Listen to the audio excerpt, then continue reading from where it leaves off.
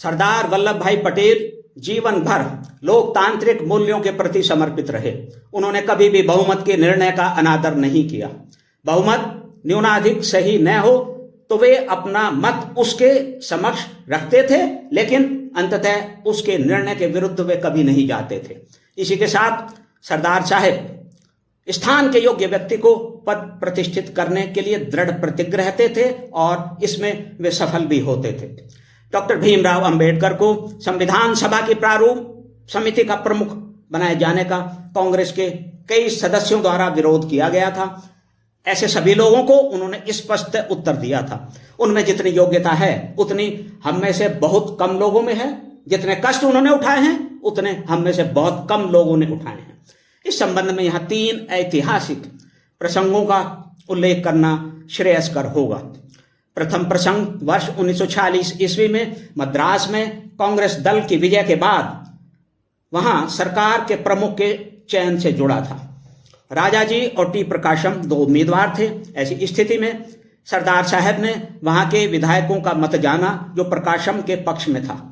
सरदार साहब व्यक्तिगत रूप से राजाजी का बहुत सम्मान करते थे। वे चाहते भी होंगे कि राजाजी ही वहां की सरकार के प्रमुख हों, लेकिन विधायकों के मत को जानने के बाद उन्होंने उनके समक्ष अपनी कोई इच्छा ही व्यक्त नहीं की। उन्होंने बहुमत का आदर किया। प्रकाशम नेता चुने गए तथा सरकार के प्रमुख बन गए। द्वितीय प्रसंग संविधान सभा की अंतिम बैठक में देश के लिए 2 वर्षों हेतु राष्ट्रपति के चुनाव से जुड़ा था। नेहरू जी राजगोपालाचारी को, जो उस समय देश के गवर्नर जनरल भी थे, इस पद पर चाहते थे, जबकि सरदार साहब राजेंद्र बाबू को चाहते थे जो संविधान सभा के प्रमुख रहे थे। राजेंद्र बाबू की देश के स्वाधीनता संग्राम में भूमिका राजाजी से कहीं बड़ी रही थी। दल के प्रति भी उनकी पूरी निष्ठा रही थी। कार्य पद्धति भी राजाजी से भिन्न थी और सबको साथ लेकर के चलने की थी। राजाजी ने कई बार कांग्रेस से अपने को अलग किया। वे बिना आवश्यक सलाह के एक पक्षीय निर्णय भी लेते थे। भारत छोड़ो आंदोलन के बाद सभी कांग्रेस नेताओं के जेल में रहते समय वे अपनी एक पक्षीय राजाजी योजना के लिए, जिसमें पाकिस्तान के निर्माण के लिए गांधी जी को भटकाने तक की बात सामने आई थी, आलोचना के शिकार भी हुए थे। सरदार पटेल ने दृढ़तापूर्वक राजेंद्र बाबू का समर्थन किया और वे नेहरू जी की इच्छा के बाद भी निर्वाचित हो गए।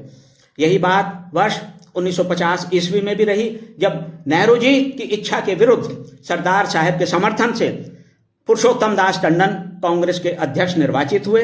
अपनी इच्छा के सम्मान न होने की स्थिति में दोनों बार नेहरू जी ने सरकार तक से हट जाने की धमकी दी थी, लेकिन लोकतांत्रिक मूल्यों को समर्पित और पात्र व्यक्ति को ही पद प्रतिष्ठित करने वाले सरदार वल्लभ भाई पटेल की दृढ़ता ही अंततः सफल रही।